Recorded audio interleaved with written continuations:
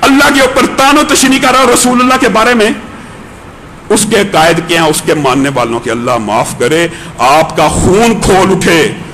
وہ کہتا ہے محمد پھر اتر آئے ہیں، نعوذ باللہ نعوذ باللہ ثم نعوذ باللہ، محمد پھر اتر آئے ہیں ہم میں اور پہلے سے بڑھ گئے ہیں اپنی شاہ میں، محمد جس میں دیکھنے ہو اکمل غلام احمد کو دیکھے قادیاں میں، لعنت ہے تیری زندگی کے اوپر۔ ایسے بندے کے اوپر آپ یہ سمجھتے ہو ہم اس کی امت کو اقلیت بھی مان لیں اور ان کو سارے حقوق بھی دے دیں؟ نہیں دیں گے۔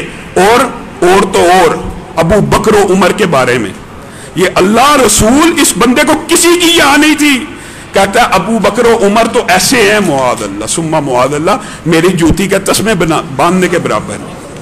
حضرت علی کے بارے میں کہتا ہے آج مردہ علی کے پیچھے چلتے ہو، میں زندہ علی تمہارے سامنے موجود ہوں، حسین جیسے سو میری جیب میں ہے۔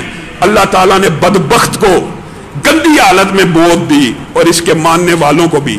میں صرف یہ بات کہنا چاہتا ہوں، اپنے آپ کو مسلمان کہنا بند کرو، کیونکہ پاکستان کے آئین میں صرف کافر نہیں قرار دیا، یہ بھی بات سن لیجئے، امتناع قادیانیت آرڈیننس ہے کہ قادیانی تبلیغ نہیں کر سکتا، اپنی عبادت گاہ کو مسجد نہیں کہہ سکتا، اپنے دفن خانے کو قبرستان نہیں کہہ سکتا۔ یہ اقلیتوں کے حقوق دینے کا مطلب پتہ کیا؟ کل کو عبادت خانے بھی کھول لے، کل کو عید کی نماز بھی پڑھ لے، کل کو ممبر پارلیمنٹ بھی بن جائے، کل کو وزیر بھی بن جائے، ہم ایسے کسی قانون کو نہیں مانتے۔ سبحان ربک رب العزت عما یصفون۔